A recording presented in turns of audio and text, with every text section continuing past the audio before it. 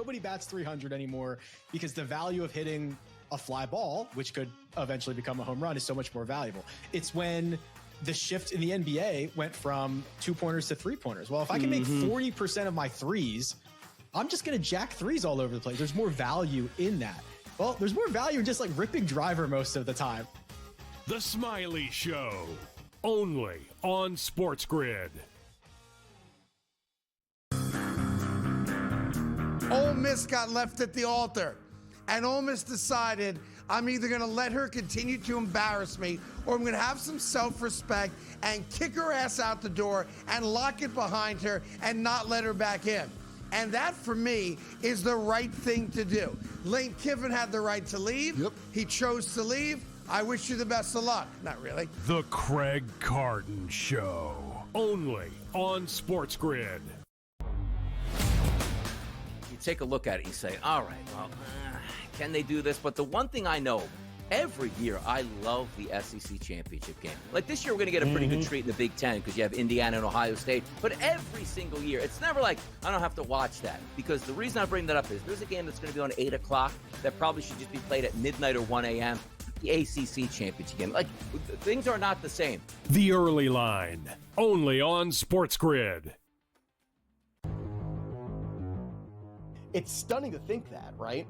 And I had the over on the win total, or going into the year with the Patriots, was 8.5. I thought they could win 10 games. They've already won 10 games. And that is a stunning turnaround, to go from worst to first here. And they're not the only team that could do it. The Jaguars could do it too. They are right on that precipice here if they handle their business against the Titans the next couple weeks and, at least split between the Indianapolis Colts those two games. Fantasy Sports Today, only on Sport.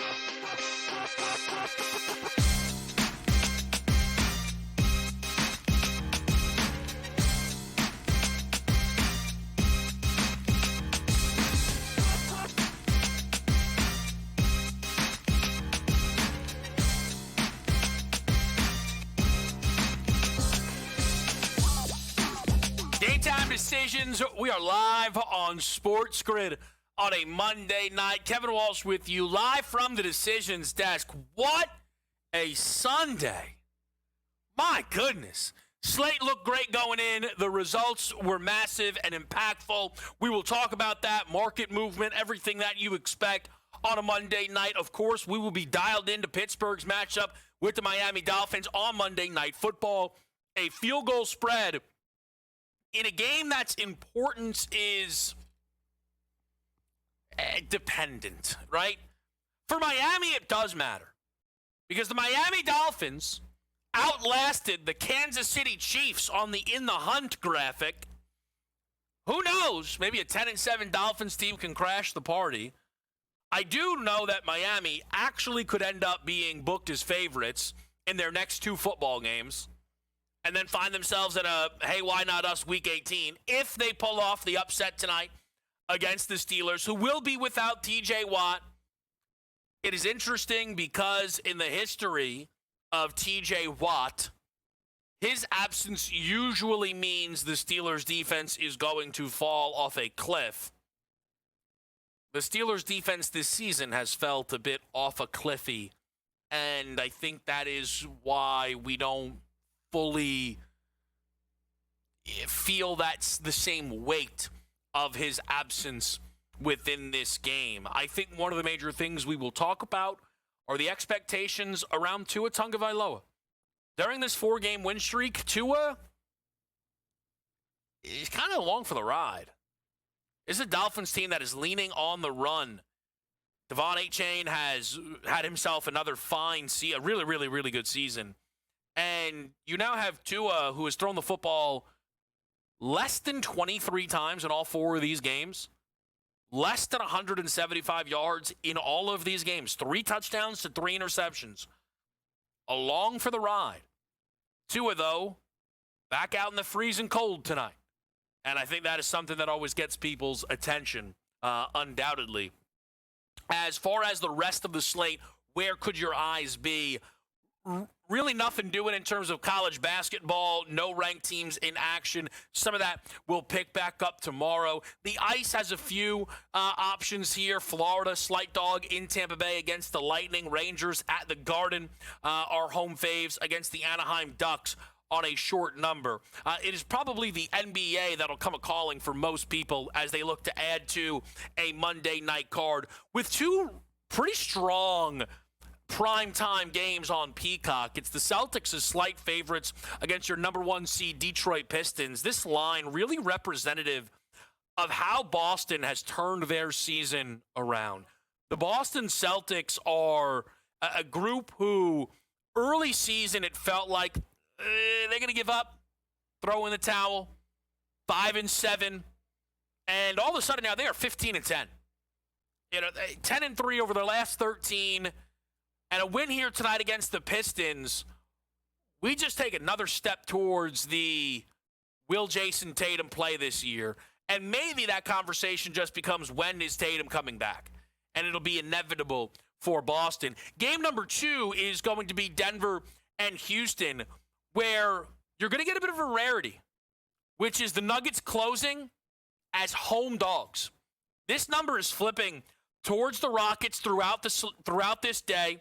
Now, this is certainly an injured Denver group. No Aaron Gordon, no Christian Brown. That's 2 of their 5 starters usually when things are good to go. But it does certainly make the statement on who the Rockets are, the caliber of season that they're having at 16-6. Nikola Jokic is one to watch tonight, as always. Jokic, from a scoring perspective, since he started out the year with 25 or less in his first 5 games. He scored 34 in his first game in November. Since November started, Jokic is the 3rd leading scorer in the NBA. Only Shea and Luka scoring more points per game. Just remarkable stuff. But in recent games, all of a sudden, Joker, not the same level of rebounder. It's an interesting one. In his last, what would be 7 games, he's grabbed double-digit rebounds in just 2 of them. Now, one of those was a 20-point performance. There are some home road splits there, though, that you can sink your teeth into. Of course, though, here on a Monday night, we continue to take a look at what was and what happened. And what happened is the Kansas City Chiefs season came to a close. And in that loss, they lost Patrick Mahomes for the rest of this season and maybe some of next season. And there are some telling numbers on Pat that we will get to as there is some uncertainty around the Chiefs that is going to feel very, very different than it has ever really felt before. And we'll explain that. Not the only major superstar to tear an ACL. Micah Parsons out for the rest of the year. And all of a sudden, the Packers go from dark horse 1 seed contenders to dark horse midst the playoff contenders. Don't believe me? We'll lay it out.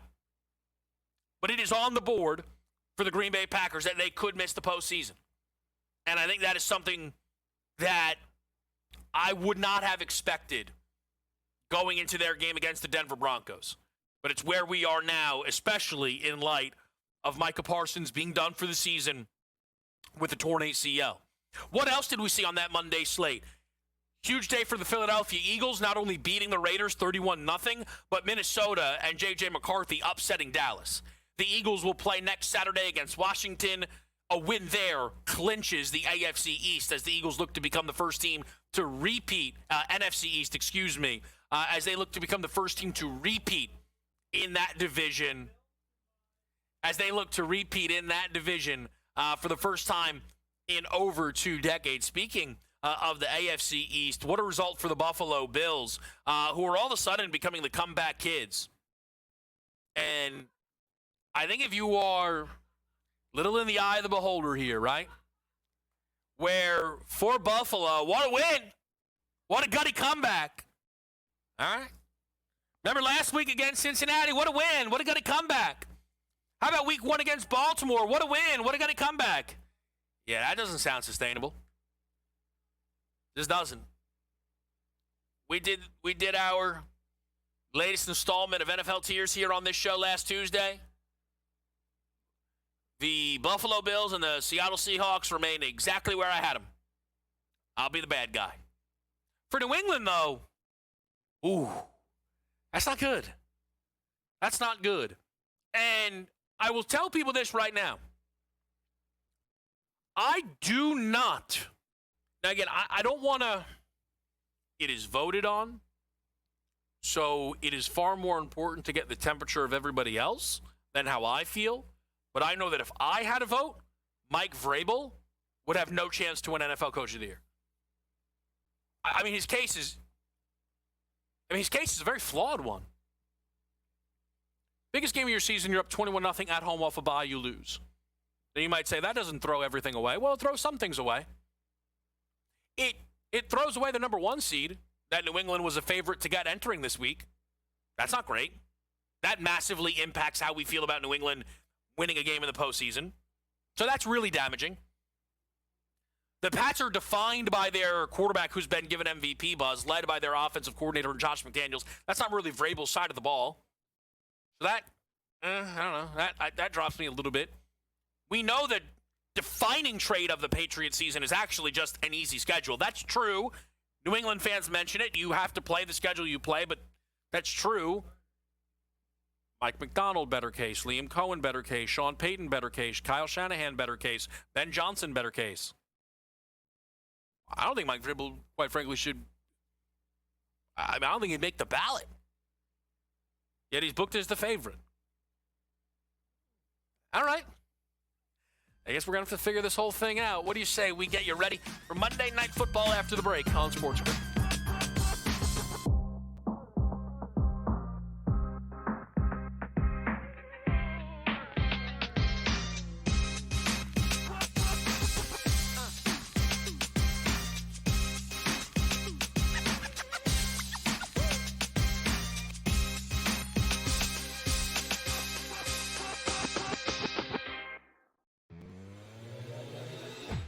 There are a million ways to make money on this. There really is, right? Like, I sit back. We've given you a couple of ours that we've given you. I think they're all going to win, essentially. The gold one, the Google Views one.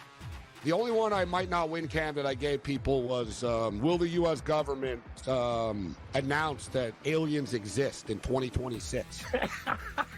In-game live, only on SportsGrid. Here's the problem.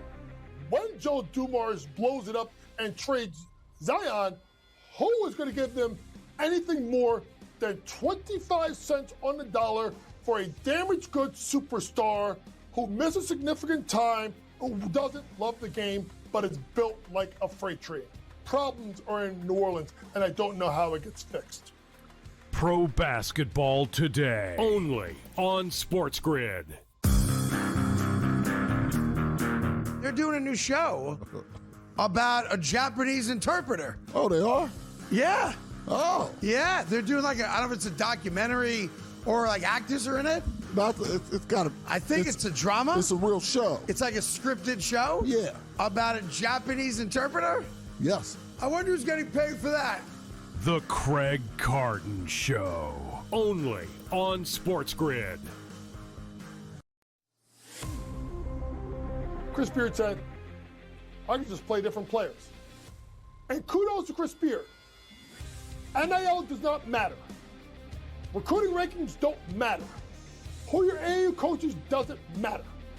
At the end of the day as a coach, your loyalty is to your school. Your loyalty is to all the kids in the program. College basketball today, only on SportsGrid.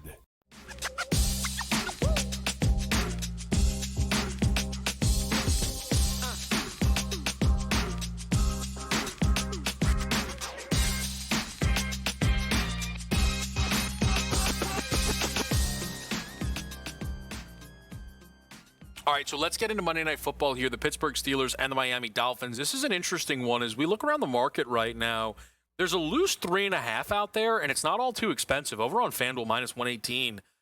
I would have expected that to come at a bigger price, and I think we actually even have a 3.5 at Fanatics at minus 115. I was hoping to get a hook with the Dolphins.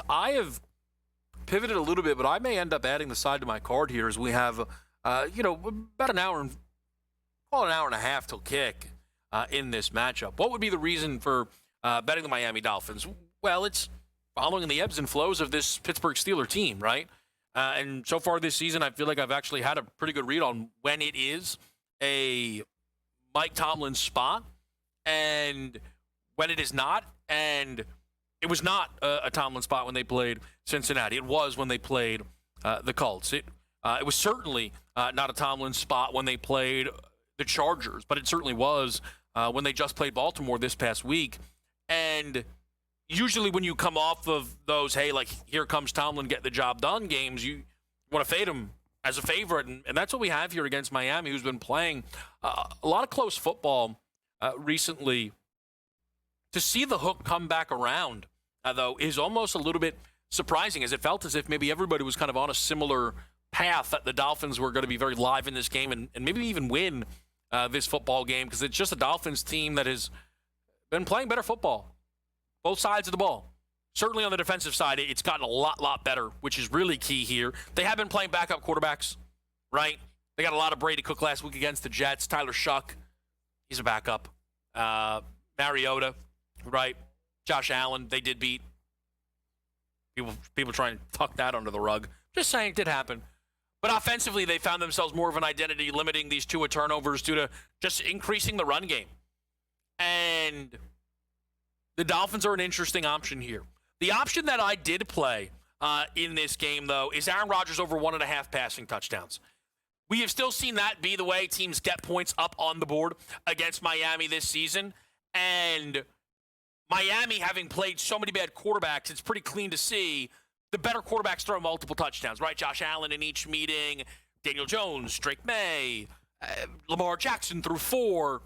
And Rodgers may not be those guys, but Aaron Rodgers is not Kirk Cousins or Tyler Shuck or Brady Cook, and I think that's fair to say.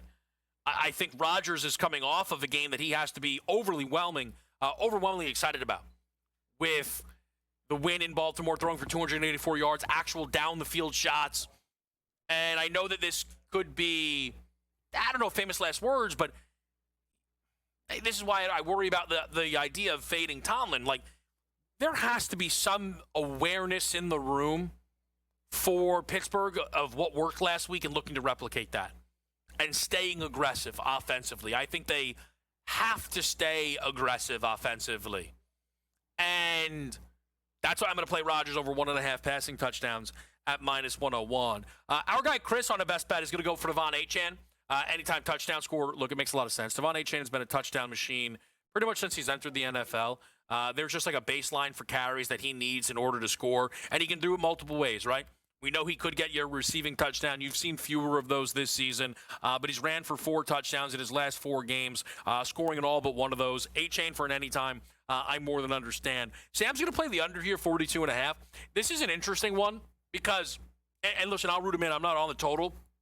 I almost wanted to play a Zag over, but was then prepared for this game to be awful and 13-7 final score, so I backed off the total. AJ's going to lay the 3 with the Steelers at a -120 price there, so maybe even more incentive then for me to not grab the hook there and just root in the fellas, because that's what we do here. We're a good teammate, as always. Now, I do want to just lay out a little bit some schedule stuff here for Pittsburgh and Baltimore, because the Cincinnati Bengals have found themselves eliminated, unfortunately. At 4-9, they had life. Lets you know how gut-wrenching of a season it's really been and how much of an opportunity there was for Cincinnati. So I've gone through some work because I find Baltimore tempting in the outright market. I really, really do. And if they beat New England, Baltimore, they'll go to 8-7. That's going to be they are booked as favorites in that game next week. If Pittsburgh wins tonight and loses at Detroit, favorite tonight, dog at Detroit, then we will go into Week 17, and the game won't matter for either football team. And if that happens, Do these teams rest in Week 17 and just play for the division head-to-head? Week 18, you'd imagine decent chance it's on a Sunday night. Who knows? Maybe they do a Saturday. Possible. Do we see that? I think it's on the board, and that's relevant, certainly, again, for a fantasy football player. You got to be rooting for, because the Ravens have guys, right? You got to be rooting for Miami tonight or New England next week, or then a miracle Steelers upset over the Detroit Lions, which feels like it would be a miracle upset. It is also very relevant, though, to the notion of whether or not the Green Bay Packers miss the playoffs. Because I truly believe the Green Bay Packers missing the playoffs has never had more life. The path for Green Bay to miss the postseason requires minimal upsets. It starts with next week in Chicago, a dropping number. It looks like the Bears have a slight chance to close as favorites. We'll see. We'll see. If the Bears win that game and the Lions win out, and Detroit will be booked as favorite in potentially all of the final 3 games, certainly in their next 2, okay? Then in order for the Packers to miss the playoffs, they would have to lose to either the Ravens in Week 17 or the Vikings in Week 18. And the odds of that happening would be massively impacted by whether or not the Ravens are playing Lamar, Derrick Henry, and Kyle Hamilton, and Kyle Van Noy or not. Something to keep your eyes on there in the NFC races. We'll be right back. Update the rest of the slate right here on SportsGrid.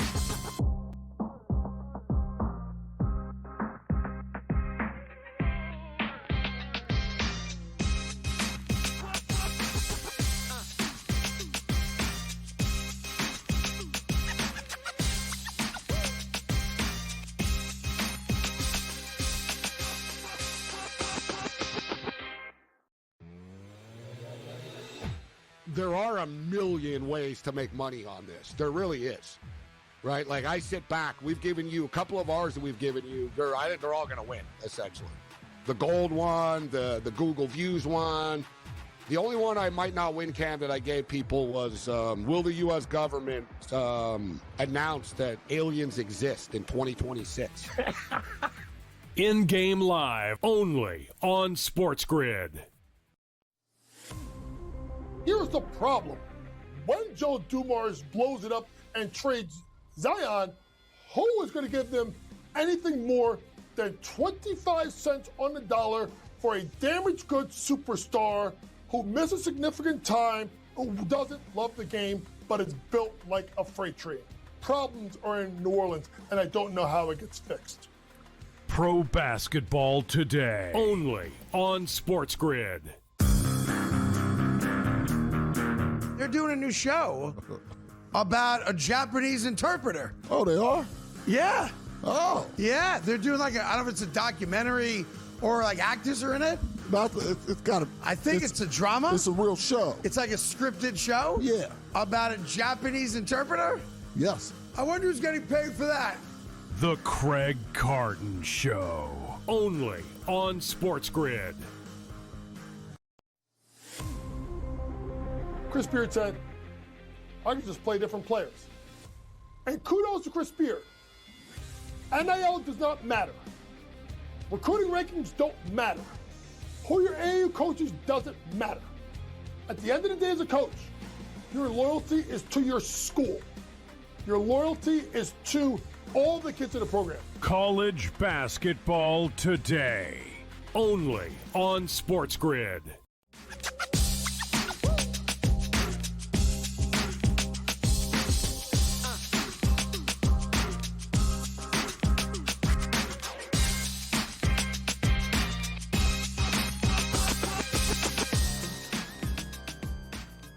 Game time decisions here with you on a Monday night. At the top of the hour, we will get you some analysis from our guy, Tom Vecchio, a re-rack of our best bets, your primetime producer parlay, and where we are seeing some value on this NBA board. But we just talked about the Green Bay Packers potentially missing the playoffs. And that would be quite the fall. But we just saw yesterday the final nail in the coffin that is this Kansas City Chiefs season, as they have officially now missed the playoffs. And for Kansas City, missing the postseason is obviously a disaster. When you look at who they are and their expectations, it is an unacceptable result. But I think what this comes with now is a lot of uncertainty for the Kansas City Chiefs that they are not necessarily accustomed to. With Patrick Mahomes tearing his ACL and the ticking clock on some of their other key members, what are the Kansas City Chiefs moving forward? Because the belief for a team that had been to 7 of 7 AFC Conference championships with Mahomes, having won 5 of them, putting 3 Super Bowl trophies on the mantle, the idea for Pat is even if this was a down year, right? Wins-wise, all good. Probably be back next year or the year after that, right? Mahomes entering this season at 3 Super Bowl wins. What would the career over-under have been? His biggest believers would have said 6.5. Can he get to a 7th and catch Tom? Maybe a more reasonable number would have been a 4.5 or a flat 5. But I think it is also just the time to realize that Brady's Brady. And you put that over there. And I think it may be more important, though, to talk about Mahomes and a comparison that I sometimes feel is being made, and maybe it is being made without thinking, but it is, to LeBron. LeBron provided certainty. He's the best player in the league every year. 2 decades. And they were in the finals, it felt like every single season. But Patrick Mahomes is actually showing us some uncertainty the past few seasons. And I think the numbers are jarring, and you can't run from it. In the first 5 seasons for Patrick Mahomes, he was the best quarterback in football, no argument. Most passing yards, most passing touchdowns, second best passer rating, and tied for second in yards per attempt. And you could put some tighter minimums on that to get him first in every single one. Would eliminate Drew Brees, who was playing for about 3 of those 5 seasons. Mahomes over the last 3 seasons, yes, he's second in passing yards, 7th in passing touchdowns, which again, for the guy who's supposed to be the best in the world, the touchdown number is not good enough. But the efficiency stuff is jarring and has been a huge red flag for anybody who would listen. But last year they were 15-1 in the regular season before the Week 18 backups played, and nobody cared. And it looked ugly against the Texans, and nobody cared because they do what they always do. They beat Buffalo in the playoffs, and then what happened? They get to the Super Bowl, and they get their heads beat in. And then all of a sudden, people are like, wait a minute, maybe there's some problems here. And then this season starts to percolate, and there are some good games, so we tell ourselves everything is fine because there's some good games. And then you look at a Chiefs team who's lost 5 of 6, and in that stretch, the bottom 3 in passer rating is Shedeur Sanders, Pat Mahomes, and J.J. McCarthy. And at some point, Travis is going to retire. And that's different. And then after that, Andy Reid's going to retire. And the favorite for the job is Matt Nagy. You want to know when that drop-off started? When Eric Bieniemy left and Matt Nagy came back. All of a sudden, there is uncertainty around the Kansas City Chiefs. We don't even know if Mahomes is going to start week 1. That division is going to send not 1 but 2 teams to the playoffs. The Kansas City Chiefs are going to go from huge favorites to win the AFC West, conference favorites, Super Bowl favorites routinely, to maybe having the 3rd best odds in their own division to start a season. There is uncertainty around Kansas City that was never supposed to be there as long as 15 was the quarterback. But the little secret is some of that uncertainty is directly tied to how he's played for 3 seasons. We'll see what it looks like next year. Let's get you the rest of this card after the break on SportsGrid.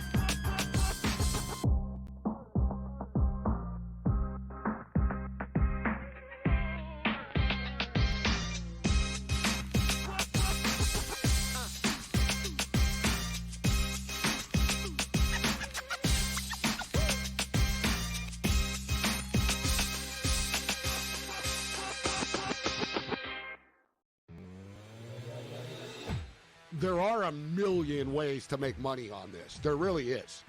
Right? Like, I sit back. We've given you a couple of ours that we've given you. I think they're all going to win, essentially. The gold one, the Google Views one.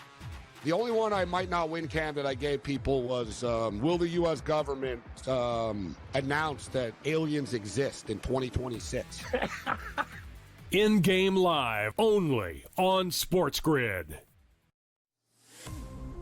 Here's the problem.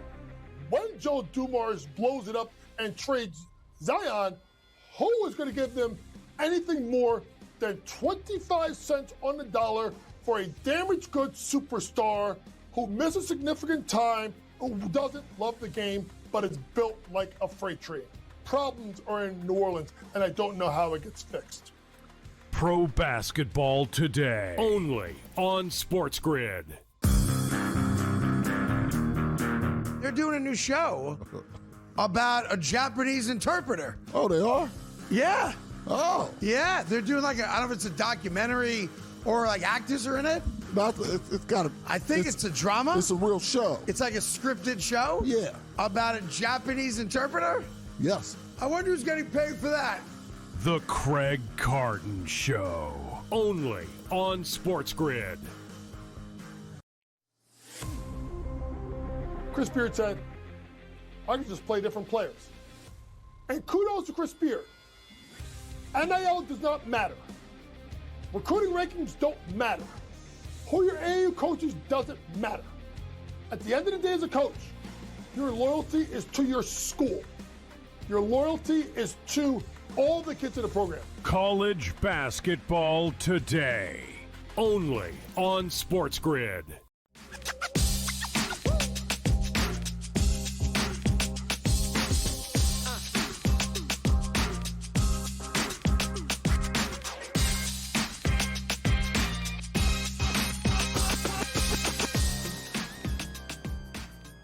Time decisions back with you right here on SportsGrid on a Monday night. Plenty to get to. We're going to do it with the help of our guy Tom Vecchio. You can catch throughout the SportsGrid network, including stepping up and in on a Pro Football Today yesterday. Tom, it is great to see you. How are we feeling ahead of a decent little Monday night on our hands? Yeah, I'm doing good. At this point in the season, I probably would have projected no one would have thought that both teams were alive for the playoffs, but that's what we have. And ultimately, I know some people aren't super excited about this game, but both of these teams have reason to play and win. Both of these teams are alive. Now, they need help elsewhere. Maybe not the Steelers so much, but it's a good matchup. It may not be amazing, but it's a good one. Yeah, I think it's going to be fun to follow, and we'll break it down. But, Tom, I just want to ask you, are you anywhere else on tonight's slate? I know you've been keeping active on the hockey board. Anything that you're going to be looking at? I actually have no other bets. I have the two props in this, and then I'll have some action on maybe the side of the total, leaning towards the Dolphins at 3.5. But other than that, the two props, and that's it today. All right, so let me just quickly then let people know, NBA-wise tonight, there were a few options that caught my attention. One coming up now between Boston and Detroit. I like what I'm seeing from the Celtics, but I'm going to play their team total here as opposed to the side, just in case this Detroit offense does get hot. We've seen them have a high ceiling. I'm willing to challenge this Pistons defense here. Boston will come out, bomb threes. They're off of a game where they only scored 101 on the road against Milwaukee, so it's a bit of a bounce back in that respect as well. I'm going to play a Celtics team total over. I'm going to play Jokic over his rebounds, 11.5. The Jokic rebounds has been weird, but in a game tonight where he projects to play 36, 38 minutes against the Rockets, pick 'em type of game, I think he can get back to his usual self, which is grabbing well over 12 rebounds. He's averaged about 12.5 rebounds over the last 3 seasons, so I'll take my chances here on Nikola Jokic. And then I'll look for Ja Morant over 19.5 points. Ja came back for his first game since injury. Yeah, he's on a minutes restriction. He doesn't care. Ja's here to shoot and score and everything in between. He scored 21 in that first game back on 20 shots in 25 minutes. I don't know if Ja's looking to all of a sudden be that giving in this game here against the Clippers. And even if he is, we uptick that efficiency and things could look a little bit better. So that's where the NBA card is tonight. Let's do a primetime producer parlay. This is one of the longer odds I feel we've seen in recent weeks, and we'll get Tom's thoughts on it from the group here. How about 8-chain? Oh, my gosh. I don't wonder why the odds were so low. I just saw it in real time. I mean, there's no way. I'm going to just say this. take that down for a second. I'm going to say something here. When we come on this show, right, as a group, when we give you something, we bet it, right? That is who we are. That's who we are through and through, okay? And I might have found out that somebody didn't bet their GTD State University, but it's because major intel came in. So we can forgive that, right? Tom Vecchio's going to give you picks tonight. He's betting those picks. We know that, okay? You got to have accountability here. Now, this primetime producer parlay with Devon A. Chain for 4 receptions at minus 158 and Kenneth Gainwell for 25 receiving yards at minus 104 being slapped to Sam Yarnell's Darnell Washington anytime touchdown at 4-1. It feels like that is a 33% bet rate. I'm just saying, Tom, if I gained access to the account of Mr. Balance or AJ, I don't know if I'd see this on their card, Tom. I don't know if I would. I mean, that's a fair assumption, and to your point, responding and reflecting in real time is always interesting. I'm also on Kenny Gainwell over 22.5 receiving yards, so I love the play of 25. The line has moved a little bit with the Jalen Warren news, but I think that's a total fine play. The A-Chain receptions, I'd frankly be more interested in looking at his yards prior to the receptions. That's just the way I like to go. But the touchdown, that's where I would want to know how far down, the pecking order. Why did we land on Darnell Washington when there are significantly better options in the offense? Well, let's take the question away from them in the back, and let's put the question then to you, just Tom.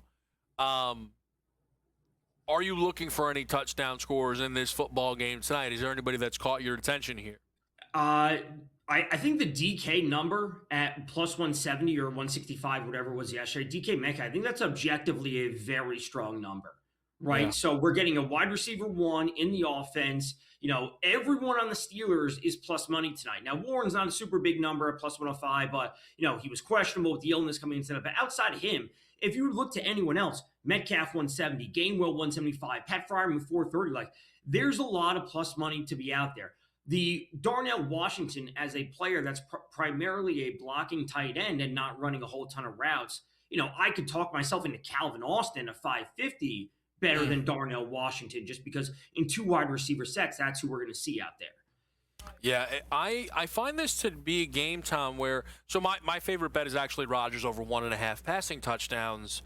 Okay. Yet I'm not overly involved looking to find guys to score touchdowns, right? That's fair. Sometimes that happens and you want to try and find that value.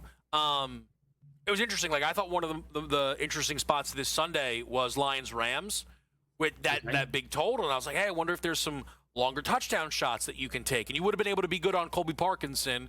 Outside of that, though, it was everything. And I don't even know how good of the odds Parkinson would have been, right? You would have a better idea than me on what Parkinson's paying these days. But probably only low 3s or high 2s. And especially with a game with a 54 total. It's not like you're and a quarterback with a 2.5 passing touchdown prop at minus 115, right? Sure. So, but that's why, to me, I was like, I wonder if we can get down this board and find something. And I ultimately, let it go in that respect there. But I think that is one of the interesting elements of touchdowns. Tell me, so what did you line up here for this football game tonight? What are you on? Gainwell over 22.5 receiving yards. We look to the Dolphins. They're 13th in the league for 13th most receiving yards allowed to opposing running backs. And that's before they played tonight. So they're in the bottom third of the league, let's call it. And all these other teams have played one more game than them. So they're terrible against running backs in the receiving game. This was prior to the Jalen Warren news. I spoke about this morning on the early line. I like the snap count that he has. It's actually much closer than people realize between him and Warren over the past few weeks. We're seeing consistency from him in the passing game. I like that role. I also look to A-Chain over 16.5 rush attempts, sitting at minus 133. They've been really solid on the ground. We look to the Dolphins on the season, and their pass rate is sitting at 20th in the league. That has dropped. So it's 20th overall, and that has dropped to a 40% pass play percentage. They're running the ball 60% of the time.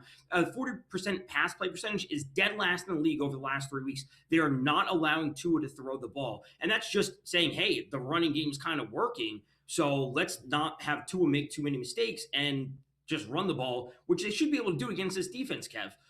So I want to put up then 2 over the last 4 games. This is something, just because some of the conversations we've had, Tom, about attempts, I think you played this, oh gosh, I can't even remember which game it was. I feel like it was on Tua, maybe when they played Baltimore, I want to say. Yeah, that was the game. Okay, yeah. Listen, sometimes the memory works for the wrong things. He does not throw the ball. The thing is, it's a 4-game winning streak. So you look at the Tua, 28.5 attempts for Tua looks ridiculous when you go through his recent box scores. They are an underdog, though, Tom.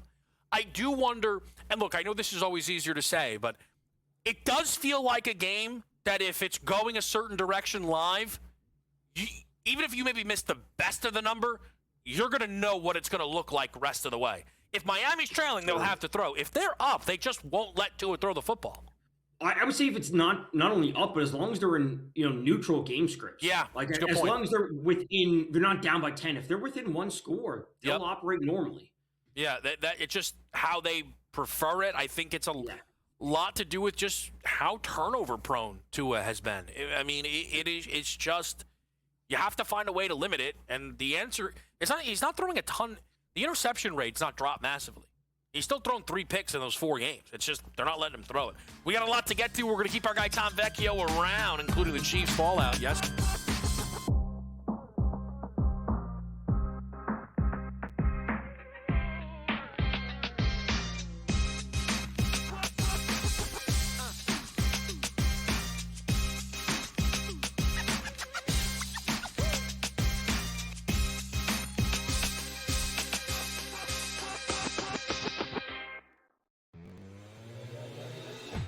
There are a million ways to make money on this. There really is.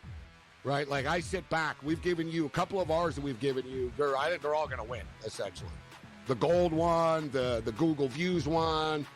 The only one I might not win, Cam, that I gave people was, will the U.S. government announce that aliens exist in 2026?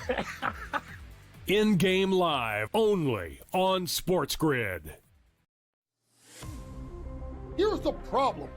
When Joe Dumars blows it up and trades Zion, who is going to give them anything more than 25 cents on the dollar for a damaged goods superstar who misses significant time, who doesn't love the game, but is built like a freight train? Problems are in New Orleans, and I don't know how it gets fixed. Pro basketball today, only on SportsGrid. They're doing a new show about a Japanese interpreter. Oh, they are? Yeah. Oh. Yeah, they're doing I don't know if it's a documentary or actors are in it. It's got I think it's a drama. It's a real show. It's like a scripted show? Yeah. About a Japanese interpreter? Yes. I wonder who's getting paid for that. The Craig Carton Show, only on SportsGrid. Chris Beard said, I can just play different players. And kudos to Chris Beard. NIL does not matter. Recruiting rankings don't matter. Who your AAU coaches doesn't matter. At the end of the day as a coach, your loyalty is to your school. Your loyalty is to all the kids in the program. College basketball today, only on SportsGrid.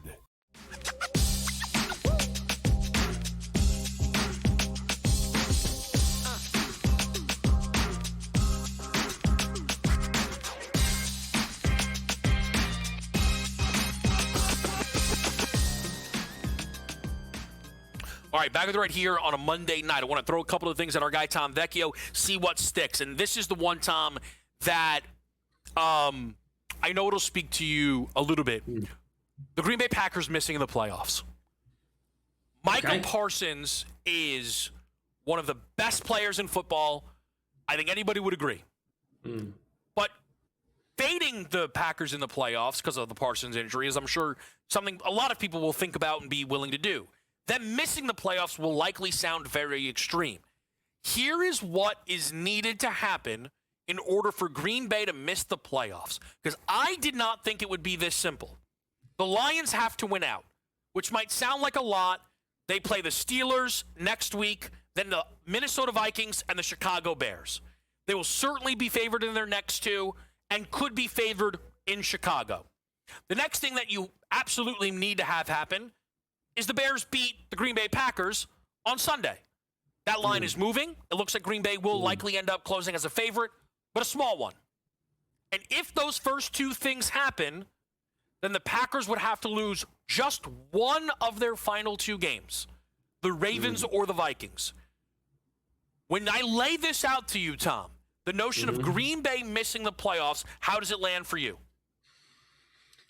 I think what you alluded to is Green Bay missing the playoffs. Hang on, that's crazy. But it actually is 2 or 3 steps simpler than I would have anticipated. It really does come down to the Bears, Bears beating them. And that's it, because the other things could happen. The Lions could win out. Sure, I think some people would buy into that. Green Bay drops one of those games, but then they just happen to beat the Bears, right? So then it's just it cancels out because they just got it. But I would say, my mind immediately went to if Green Bay were to miss, that means maybe the Lions are making it. Therefore, I would have more interest in taking a Lions future rather than simply betting on Packers to miss. It would say plus 730 or whatever, 740. I'd rather take Lions to win the NFC or Lions to win the Super Bowl, because the number discrepancy, if they were to just simply make the playoffs, that number would be cut in half from 27 to 1. So, funny enough, that situation, if the Bears lose in week 17 at the Niners, the Lions climb all the way up to the 3 seed and win the North. So, to your point, now, again, does it have to be that specific? Where you are getting better odds on Detroit to win the North. I don't disagree, right? So I'm not here trying to get people to bet Green Bay to miss. I think there's some bite. Here's one of the reasons, though, Tom, I can't bet it. I was working through some playoff things and a potential fantasy football nightmare depending on your roster.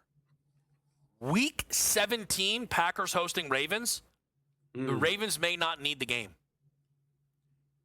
In order for that game to be meaningless, here's what has to happen. Steelers win tonight, lose next week against the Lions. Ravens beat the Patriots on Sunday Night Football in Baltimore. And then that game, both teams week 17, doesn't matter.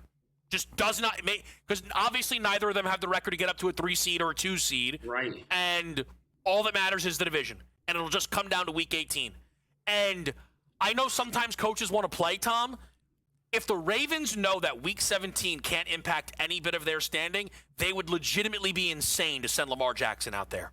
I think. I mean, now that laying it out like this, is it just this simple where it actually doesn't matter? And we see this all the time where, the same thing. I don't know if the same thing happened between Bucks Panthers, but that's where my mind goes. So it's they just have to play each other twice, and the final week of the season may matter. That week before the final week of the season may not matter. So saying that out loud and actually talking through it, that's a good point. And it's totally up in the air, but it's valid and it's reasonable. And that's so again that I will say this. I have a team that is, it has Lamar and Derrick Henry in fantasy football, so maybe that's why it's very front of mind. Because that's a championship week, but I can't. Listen, it's Monday, but I'm really warming up to the Bears beating the Packers on Sunday. And you heard Tom's immediate reaction. Well, if the Bears beat the Packers, this gets interesting. This all gets very interesting. But it then gets very uninteresting if the Packers are at home in Lambeau Field playing Tyler Huntley and, Keaton Mitchell, with respect to those guys. So that becomes interesting. Tyler Huntley. Huh? Pro Bowler wasn't Tyler he a Pro Huntley. Bowler last year? Yeah, he before, was. Whenever it was? Yeah, he was. Classic Vecchio. One more thing I'm going to throw at you, Tom, and we appreciate it as always on a Tuesday. I'm sure we'll talk Wednesday. We'll do some target player props. Today's Monday, but yeah. The Chiefs season. Did I not say Monday? You said Tuesday, but listen, I'm going to be honest with you, Tom. I've had a couple of things already. We've not even been on air for an hour where I'm clearly saying the wrong thing, and that maybe means I'm seeing it clearly and I'm focused on it, or I'm going to have a rough night. Let's hope it's the first one. Kansas City season is over. Yep. and it ends with Mahomes tearing his ACL. Yeah. How concerned should Chiefs fans be about the future of this football team? I would say there's basically a 0% chance that he starts next season, right? Generally, we're talking like a 10-month recovery process. And it's like he hasn't had the surgery yet. And it comes down to when he has it. Sometimes ACL surgeries are delayed just because they want the swelling to go down a little bit. So even if it's delayed a week or two or whatever it might be, let's just call it the end of the year. He has it start of next year. 9-month recovery that's just 9 months. Like, is he actually cleared to play? Is he cleared to practice? Is he cleared for contact? So I would almost be saying I would want to chalk up next year as a loss. Like, you just got to fold. And I know it sounds terrible, but bolstering the salary cap situation, the picks, and all of that, those sorts of things for 2027 and being Mahomes fully healthy, because it's not like he has 15 years left of his career. I'd rather punt next year and have a full stock of picks with salary cap to go into 2027 and know that we have 5 years left. Let's do it right now. So funny. One of the ongoing bits that we kind of knew would be, but it wasn't intentional, was Tom Vecchio, future The Kevin Walsh Show guest. That right there was like enforcer of that. The Chiefs punting on next year like Tyrese Halliburton and the Pacers is fascinating. Great stuff, Tom. We'll be right back here on SportsGrid.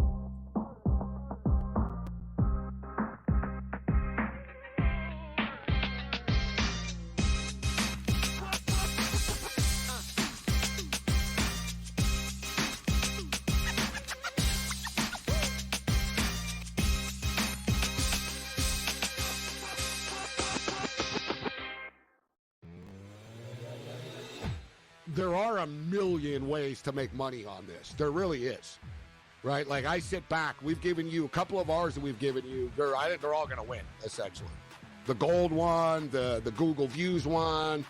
The only one I might not win, Cam, that I gave people was, will the U.S. government announce that aliens exist in 2026? In-game live, only on SportsGrid. Here's the problem. When Joe Dumars blows it up and trades Zion, who is going to give them anything more than 25 cents on the dollar for a damaged goods superstar who misses significant time, who doesn't love the game, but is built like a freight train? Problems are in New Orleans, and I don't know how it gets fixed. Pro basketball today, only on SportsGrid. They're doing a new show about a Japanese interpreter. Oh, they are? Yeah. Oh. Yeah, they're doing I don't know if it's a documentary or like actors are in it. It's got I think it's a drama. It's a real show. It's like a scripted show? Yeah. About a Japanese interpreter? Yes. I wonder who's getting paid for that. The Craig Carton Show, only on SportsGrid. Chris Beard said, I can just play different players. And kudos to Chris Beard. NIL does not matter. Recruiting rankings don't matter. Who your AAU coaches doesn't matter. At the end of the day as a coach, your loyalty is to your school. Your loyalty is to all the kids in the program. College basketball today, only on SportsGrid.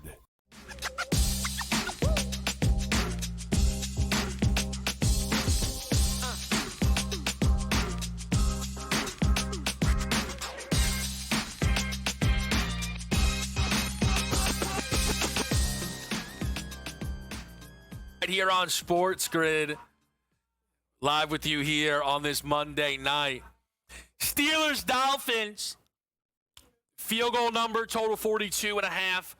One game in the NBA live right now. That's the Celtics and the Pistons. Played a little Boston team total over. Fine start. Way too early to be excited about it. Peyton Pritchard right now, hot early. Perfect from the field, 8 points. Heat Raptors is on its way up. Tyler Hero is out for this basketball game. The Heat a 5.5-point favorite. Still no R.J. Barrett for the Raptors, as they would love to get him back sooner than later. The NBA, though, had themselves a weekend, huh? The Oklahoma City Thunder losing their second game of the year to the San Antonio Spurs by 2 in the NBA Cup semifinal. A couple of things. First of all, the NBA Cup rocks. It's decidedly awesome. The results have clearly been wonderful for this league, and that's great. Here's another thing about the NBA Cup. We have seen the NBA Cup breed some success, all right? And I think it's, I think it's on the board that if my memory is right, we have seen a team in the final of the NBA Cup make the conference finals each of its first 2 iterations, with the Pacers in the first year and the Thunder in the second year. So that would mean the Knicks or the Spurs.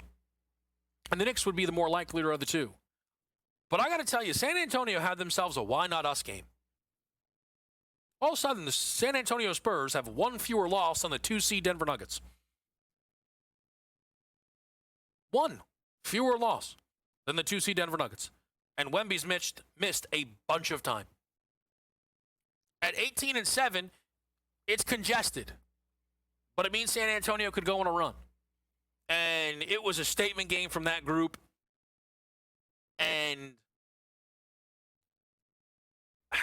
I think for the Spurs and their outlook, it is all there. But with OKC, I just think the antennas need to be up on a basketball team that we saw flip to minus money to win a title and then proceed to lose their next basketball game.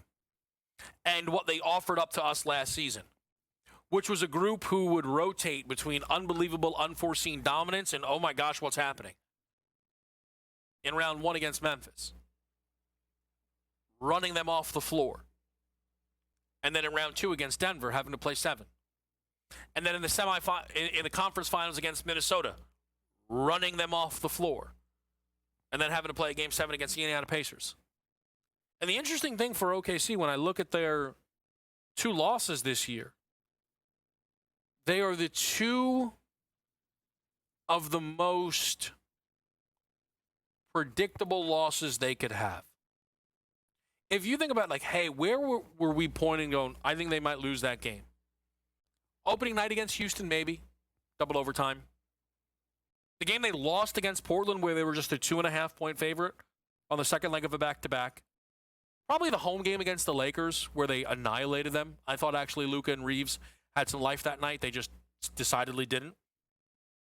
And then I kind of thought the semifinal game against the San Antonio Spurs.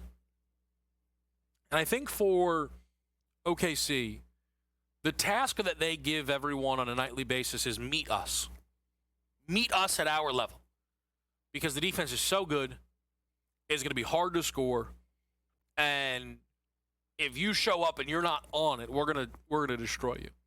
And if you let us score easily, it's going to get real ugly. Because we're going to keep you in check. And if we put up $130, it's going to be a 35, 40-point loss. But when they've been met, you see, you see Superman bleed a little bit, right? There's no doubt that Oklahoma City, the defending champions, who are 24-2, should be favorites to win the title. I'm not even that bothered that they went to minus 110, because it was one book. If they were plus 110, again, I'm not that bothered by it. And I'm not saying the sky is falling. I bet OKC to not lose consecutive games, and they lost to San Antonio, and I am happy they lost. Because now they're going to win their next 13 games, if not 20. That's who they are. Truly, I believe that. I really, really do. But I look at a team who will be booked as heavy, heavy favorites. That last year in the postseason had moments where it looked like they can be got, and it feels like this is still a similar group. Just something to think about throughout the NBA season. We check in with NFL insider Adam Kaplan next, right here on Game Time Decisions.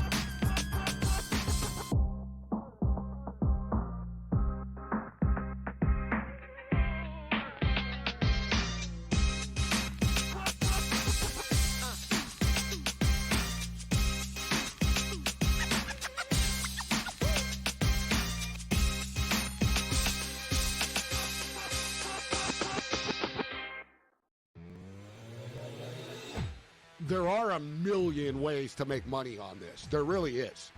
Right? Like, I sit back. We've given you a couple of ours that we've given you. I think they're all going to win, essentially.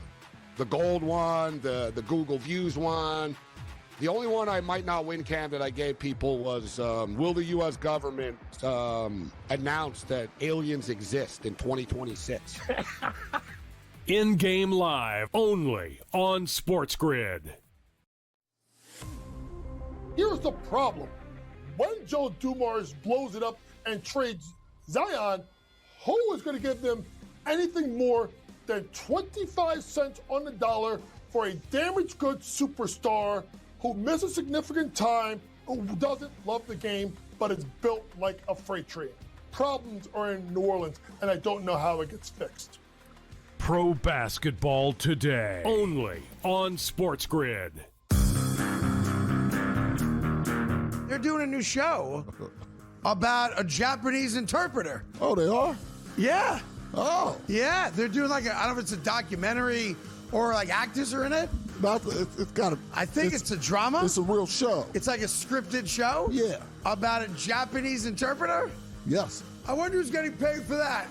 The Craig Carton Show, only on SportsGrid. Chris Beard said, I can just play different players. And kudos to Chris Beard. NIL does not matter. Recruiting rankings don't matter. Who your AAU coaches doesn't matter. At the end of the day as a coach, your loyalty is to your school. Your loyalty is to all the kids in the program. College basketball today, only on SportsGrid.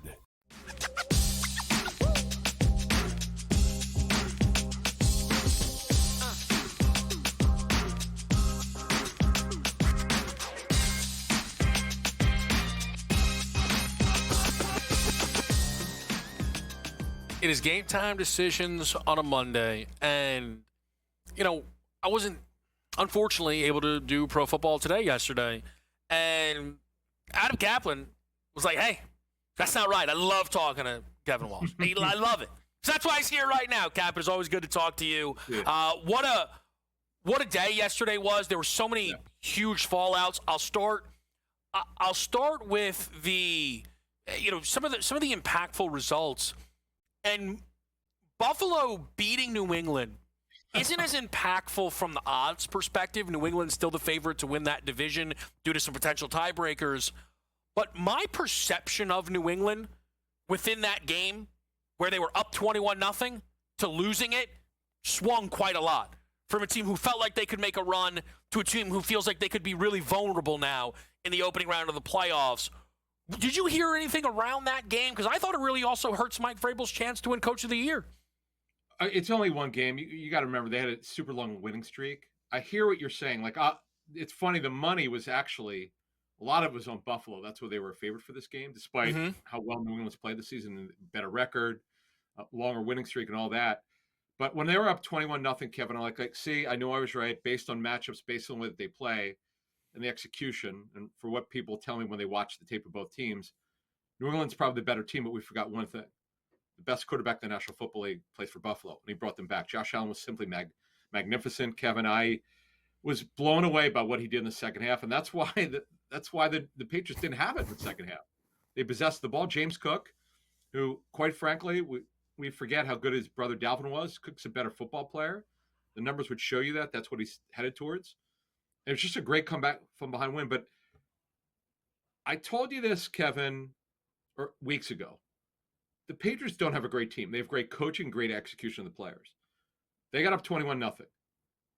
You don't lose a game like that. It's hard to lose it. Now, on your point, let's just see how they handle this week's game.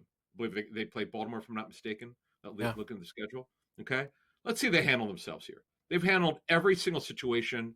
We've talked about you're going to Tampa. That was a huge win for them. Everything they've done. They found Henderson at running back. That's a guy that they wanted to get a lot of work this season. They finally got him going, particularly in pass protection, where he was great in college.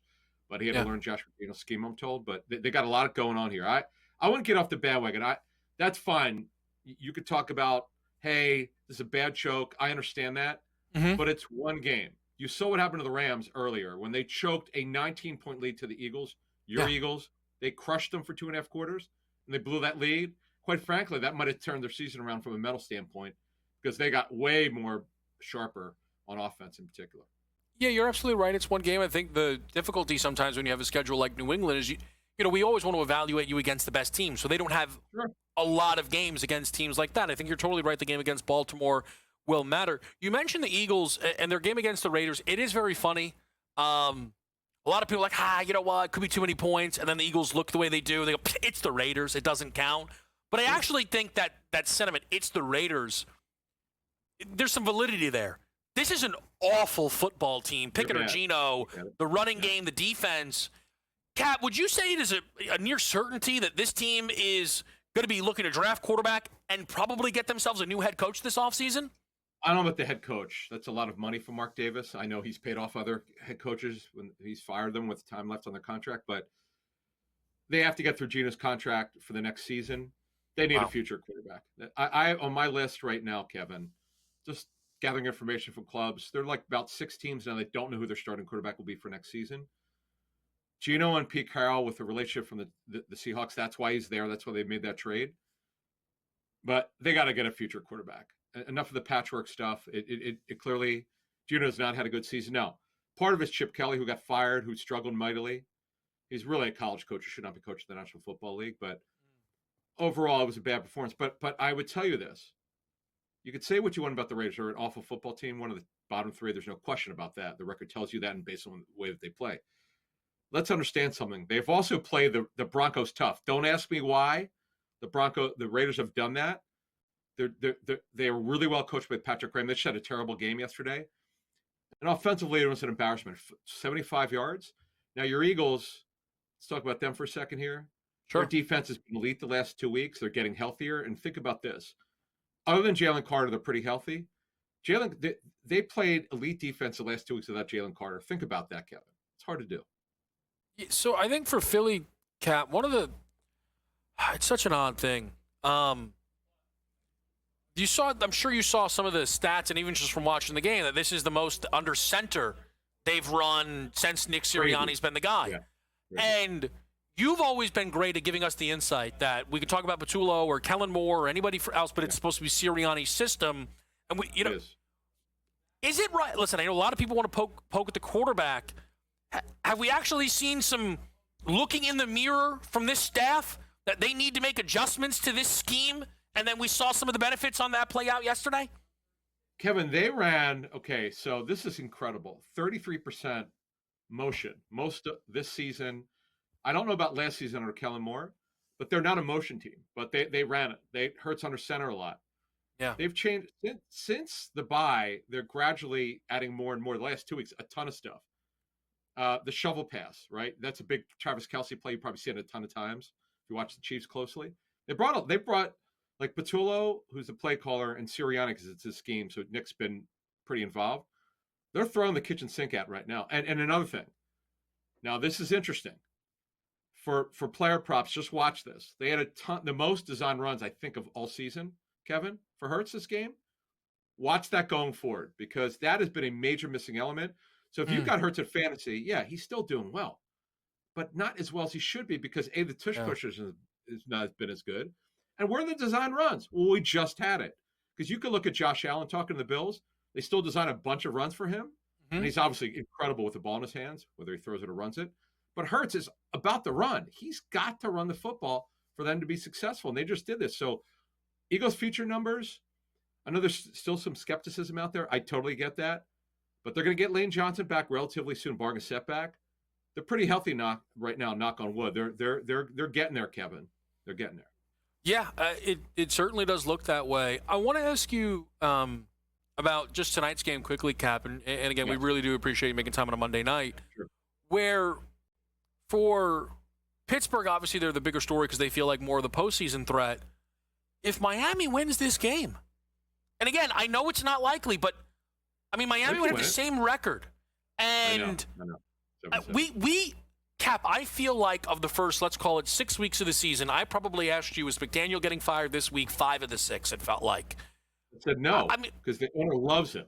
I'm telling you from people. But Cap, it looks like he's right. Am I? I have been giving Lisi and I get into this debate usually, once every 2 weeks. I give Mike McDaniel a lot of credit for turning this season around.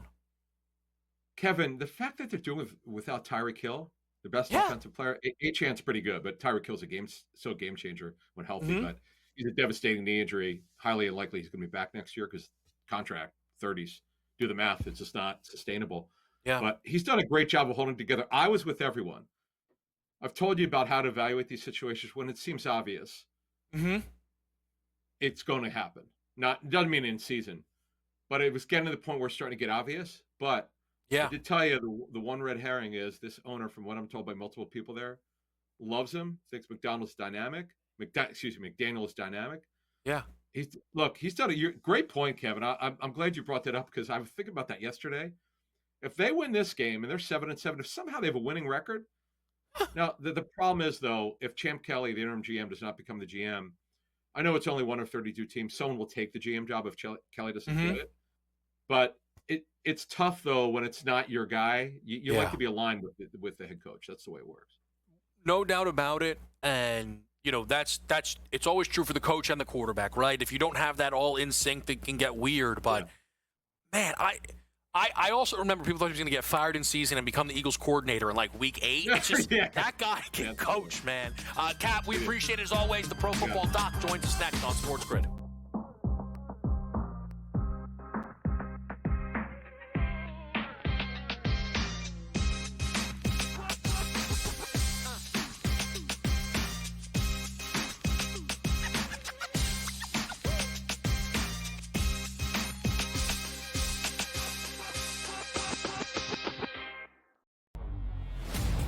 Super Bowl MVP, multiple Super Bowl chances there, Super Bowl championship as they got it. Nick Sirianni said on the radio, no chance that Jalen Hurts is going to be benched. But by the way, Jalen Hurts didn't play the last 3 games. I think the Eagles would be 3-0 in those games, though. Just saying, Joe. Oh, wow. How the mighty have fallen. When the Eagles fans turn on their quarterback, it's getting ugly in Philly, folks. The Early Line, only on SportsGrid. They're doing a new show about a Japanese interpreter. Oh, they are? Yeah. Oh. Yeah, they're doing I don't know if it's a documentary or actors are in it. It's got to. I think it's a drama. It's a real show. It's like a scripted show? Yeah. About a Japanese interpreter? Yes. I wonder who's getting paid for that. The Craig Carton Show, only on SportsGrid. You're legendary. I'm legendary. And both of these guys love each other. Right? Cam Ward, they do. They work out. They work out. Legendary. Go ahead. Cam Ward. Yep. Shador Sanders. Yep. 250 plus and 2 tutties each. Amazing. That's nuts. Why is it nuts? Come on, that's crazy. Why, though? Pro Football Today, only on SportsGrid. I think this is a very tough one. I haven't bet this because I still think it's that close. I would lean towards the sentiment of the voter body instead of the anointing of the new star. But at a certain point, the next 2 weeks, Drake May could be undeniable. It's really interesting market right for those two. And remember when Matthew Stafford wasn't going to play all year? Remember in August where he wasn't practicing? And now he is number 2 for MVP. So go figure. Fantasy Sports Today, only on SportsGrid.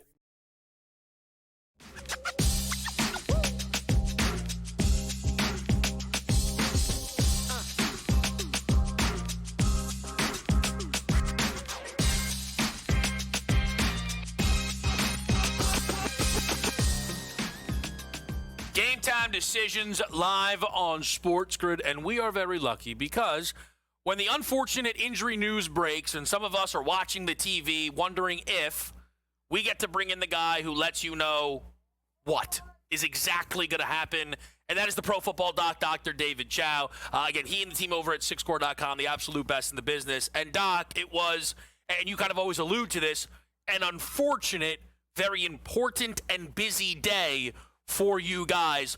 We will start with Patrick Mahomes, the ACL tear, some reports he may look for a second opinion in Dallas. What did you guys see on film? And what everybody is wondering, what's the timeline potentially for Mahomes? Well, what we said from the war room, and we basically immediately, you saw the knee buckle, and we were worried about an ACL and LCL injury. The ACL injury on the left knee has been confirmed. But let me explain to you why he's going to Dallas. The doctor, who happens to be the Cowboys doctor, has done a number of LCL surgeries from Jalen Smith on. That's why he's going there, not because it's just close to Kansas City. That's the reason for the second opinion. It's what else besides the ACL. Now, Patrick Mahomes has always recovered very quickly. This has nothing to do with his previous kneecap dislocation years ago that he returned after a couple weeks and won a Super Bowl with. He's been on the injury report for this knee with a heating pad. Unfortunate. But here's the thing, and I'm going to say this in the kindest of ways. If my man Phillip Rivers can start in the NFL, Patrick Mahomes, a half mobile Patrick Mahomes, can be ready to play week 1. Okay. And I say this in the kindest of ways to both those gentlemen. Patrick Mahomes always comes back from injury. Will he be 100% week 1 next year for the Chiefs? No. Would he be able to play well in the pocket? I believe he would with that lefty injury for week 1. And he's always been someone to play through injuries, including, remember, the high ankle sprain that he won a Super Bowl with, going off platform. I don't doubt the man, even with the ACL and likely LCL issue. Just curious, Doc, is there a situation, though, where like the additional 2 or 3 weeks can make the difference? Where him coming back week 1 versus, say, week 4 really would matter? Well, rarely, right? Because, recovery, I always say, let's say you said a timeline was 9 months. It's not like 8 months and 29 days you can't. And 9 months, wow, light switch, everything is perfect, right? It's all gradual in some way, shape, or form. Recovery is a slow sunrise. It's not a light switch. Right. And it's all a little bit relative in terms of what's going on. And look, Micah Parsons tore his ACL. Hopefully his is isolated. Hopefully he has nothing else. But even though Patrick Mahomes' knee injury might involve more than the ACL, I'm more optimistic on an earlier return timeline for him than Micah Parsons because he's an edge rusher. It's just different. And if you want to cite Kyler Murray took longer to recover from his multi-ligament knee injury, Kyler Murray, do you really want to play him if he can't run the ball? I mean, would you play Patrick Mahomes if you can't run the ball? I think the answer is yes, right? And so I always try and look on the bright side of things. And quite honestly, the young man's played a lot of football. I saw a stat here where this is the first time in the playoffs in I don't know how many eons that you haven't had Tom Brady, Peyton Manning, or Patrick Mahomes in it. But I'm like, fingers crossed, maybe you'll get a Phillip Rivers. Well, I mean, who knows, man? I can't believe he was out there. I'm sure that was very cool for you to see. But to your point about Mahomes, in the last 7 years, he's played 20 playoff games, which is more than a full season, right? Of just additional, it certainly adds up there. One quarterback who's, much younger into his career, Doc, is Jaden Daniels. The decision for the Commanders to shut him down, did that surprise? I know the answer to this, but did that surprise you guys over at sixscore.com at all? We saw him being shut down in week 13. They were down 17 points. He fell on the elbow. We didn't think there was significant additional injury. They were down 17 at the time. By the time he came out of the blue medical tent, they were basically by the next drive down 24-0. That was the start of the shutdown. Week 4, or I guess whatever that week it was, that was the start of it, week 13, 14. This last week, we knew that he was shut down, that he could have played.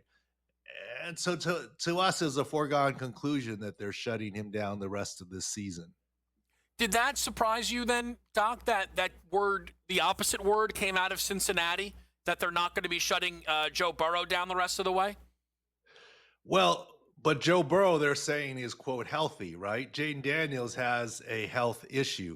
I mean, there was some conversation in our war room about shouldn't the Giants shut down Jackson Dart because of the concussion stuff. I said, no, this is a time to teach the young guy polish his skills and teach him that you can't run all the time. You Yeah. can't take the hits all the time to help preserve him. So yeah, there's different things. And, Joe Burrow, maybe for his mental health, needs to, and quote, wants to play. I think that choice will be up to him. Doc, I just want to ask you about two guys for tonight's game, and we really appreciate the time. A-Chain left the matchup against the Jets early. We've heard positive things, but from a six-core perspective, is it all systems go into Von A-Chain tonight? All systems go. The rib, soft tissue rib, intercostal, if needed, injection, all systems go. And then Aaron Rodgers. I mean, I don't know. It's one of these things. Guys play two games, and then it's like, everything's fine. But we had a fractured hand, a broken hand. He's just out there tossing it around. Does this improve as the weeks go on? It does improve, but it's not 100% healed, right? And, okay. This might be the first week if he wants to take shotgun snaps that he could. Under center snaps. It's not 100% shotgun, and every week a little bit better. But for us old guys, including Aaron Rodgers, my guy Phillip Rivers, everything hurts more in the cold too. Yeah. Shout out your guy Phillip Rivers, by the way. What an animal. Yeah, I mean, he looked like he was having fun. Did you get to talk to him, I assume, Doc? I texted with him a bunch. Yeah. I try not to bug him. All I can say is this: the fairy tale ending didn't happen, but the dream continues at least one other week. It absolutely does. The Pro Football Doc, Dr. David Chow. Doc, we appreciate it so much. Best bets and producer parlays after the break on Sports.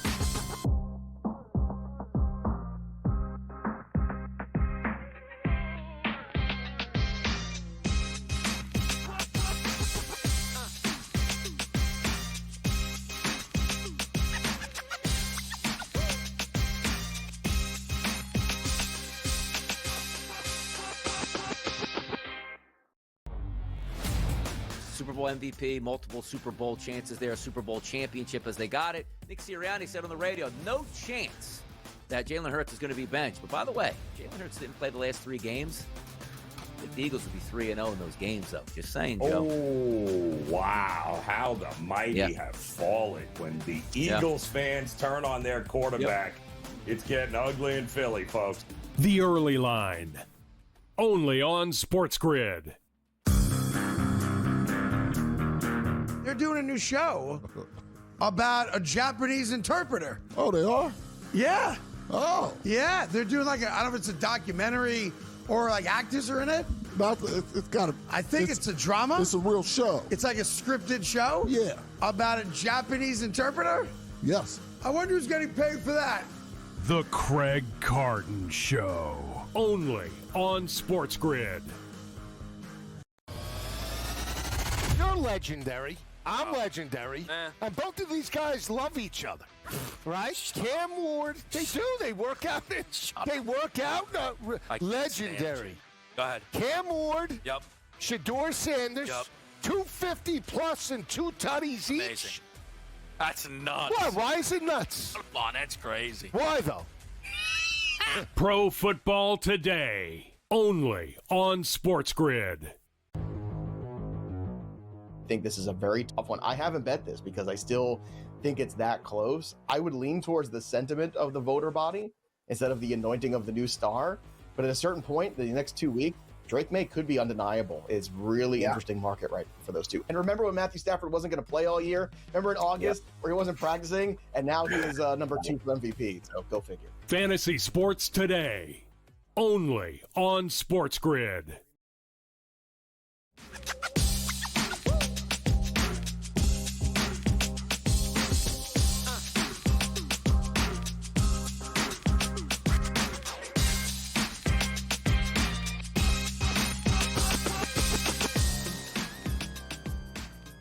Game Time Decisions live on a Monday night. Kevin Walsh with you. We are gearing up for best bets. We may have some folks out there watching, trying to send in their cards. Shout out. Look, he's going to love this. Shout out Mike Mendez. Gainwell and DK Metcalf, anytime touchdown. Shout out Mike. Shout out my buddy Dan. Got married this weekend. Congrats to you and Colby. Absolutely love that. Shout out all of you for hanging out with us here on this Monday night as we've got ourselves an interesting one. between the Dolphins and the Steelers. Potentially, I'm a little bit of a fantasy football guy if you haven't noticed. Potentially an important night for your fantasy football matchups. So we'll be ready to root those in. Maybe you need a big night from DK Metcalf. Maybe your name is me. Aaron Rodgers over 1.5 passing touchdowns is the best bet. Rodgers gone 5 straight without throwing 2. Longest streak since the end of his Packer career. I think we see Rodgers get back to it here. Might toss 3 in this football game. Don't be surprised. The Dolphins give up a lot of passing touchdowns. That's the way to score on this team. The way to score on Pittsburgh is actually also kind of the pass. But A-Chain is a touchdown machine, and he could catch one. So, hey! Chris is going to go with the anytime touchdown on A-Chain. Yarnelli with the under 42.5. I don't know. What if this game has juice? I have heard AJ's on the Steelers -3. And I got to tell you this. First of all, we're rooting it in. That's not even a question. Okay?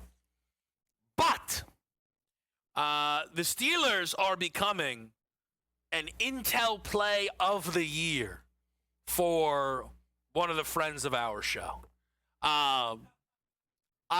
You might say, KW, you got to give us more. I'm probably already giving you too much. But the result of this game is now already built in to give me a smile. Any way it goes, it's built in. I'm excited for this one. I really am. And I don't know who I'm rooting for here. I don't know who I'm like, you know what I mean? But I'm watching and I'm in the mix and we're rooting in 1.5 touchdowns. Primetime producer parlay. You know the one where they have like they got the 3 dragons and it's the 2 of them. It's the 2 of them looking mean. And then it's a Darnell Washington anytime. Yeah. That 4-1. Tom Vecchio listed 18 Steelers he'd rather bet, including Adam Thielen. I'll tell you that. One thing I respect is when a guest will come on and just be like, I hate that pick. That's Tom Vecchio. Vecchio caught heat in my house for that, though, one time. He was a little too big for his britches there. Gainwell, 25 receiving yards. AJ's leg. Chris is on A-Chain 4 receptions. Chalky Chris. Chalky Chris, man. What are you going to do? Double C, that's what they call him. Unbelievable. You know what you got to wonder about Chris, too? I mean, let's just open it up, okay? He gives out the A-Chain anytime touchdown, and I'm sure most of the loyal watchers out there are thinking, Chris? Straight bet? Best bet? Someone open that Mr. Balance account, man. What's that thing tagged to? Come on. You know it. You know that it's A-Chain for a touchdown and 50 or something. Gainwell for 25. I think it's on the board. I'll say this. I think it's on the board that Chris and AJ bet the Gainwell and A-Chain bets alone. They left out Darnelli. Whoa! Wait a minute. Is this a most biased man in the history of sports media play? Darnell Yarnell? What rhymes with orange? Doorhenge? Is that why he's on Yarnell Washington? Oh my gosh, and he's a Nats fan? And he's in Yarnell Washington. Wow. Something to watch here. Darnell Washington, first touchdown? What are the odds? What do we think? What could it be for a first touchdown? What's the most outrageous first touchdown we could possibly bet? 20-1. I mean, they're in the back shouting out guys that they just went to high school with because they're certainly not on any NFL team. What about this Caleb Johnson 60-1 first touchdown?